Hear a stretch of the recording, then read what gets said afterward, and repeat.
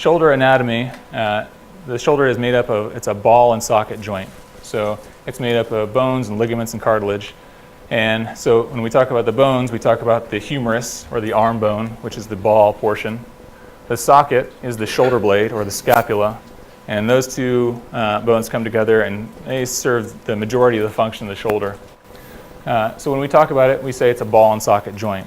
But when we talk about the socket, it's really not much of a socket. It's pretty shallow. And so really when you think about it, it's probably more akin to a golf ball sitting on a tee. And so that provides a lot of benefits. It also has some downsides. So the benefit is it provides a lot of motion. So our shoulders can move in a lot of different directions, and it allows us to reach overhead and reach behind and go in all kinds of directions and complete different tasks that way. But it also means that there's lots of motion at that joint, and so we rely on other things to help stabilize the joint. So that's where things like the rotator cuff and the ligaments and the labrum all come into play in stabilizing that joint. And all of those things can obviously get injured or have problems with them. And so those are the areas where we start seeing problems and where we can address them. And so here's just another look. This is an x-ray looking at that ball and socket joint again. And so as you can see, it's really, really shallow. And there's really not much bony support. And so we rely on things that you can't see on this x-ray, which are the rotator cuff, the tendons, the ligaments, and the capsule.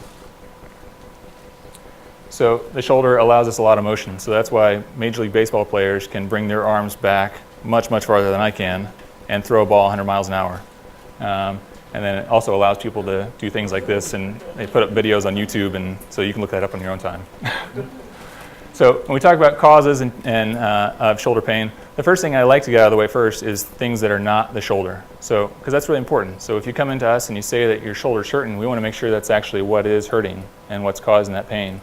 And so we want to make sure we rule out other things that could be causing it first. And so one of the most common things that can cause shoulder pain is something called cervical radiculopathy. So cervical means the neck, and radiculopathy means pain or abnormal sensation going down an extremity. So with your shoulder, you can have pinched nerves in your neck that can actually cause pain that you feel down here. So even though the problem is here, you feel it here or farther down your arm. That can cause pain that goes all the way down into the fingers, and it can also cause numbness or tingling in the extremity. So that's one thing that we try to rule out and make sure you don't have that before we start trying to tackle problems in the shoulder.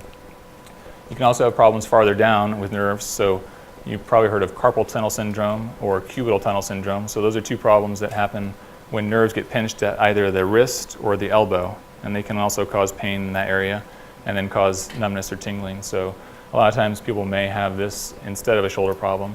Sometimes people have a shoulder problem, a neck problem, and pinched nerves at their elbow or wrist. So you're allowed to have as many problems as you like, and we try to figure out which ones are causing each part of the pain. And so that's kind of our task, is to piece that all together and put the puzzle together and have a better understanding of what's causing what, so we can make sure that the treatments we provide are targeting those problems.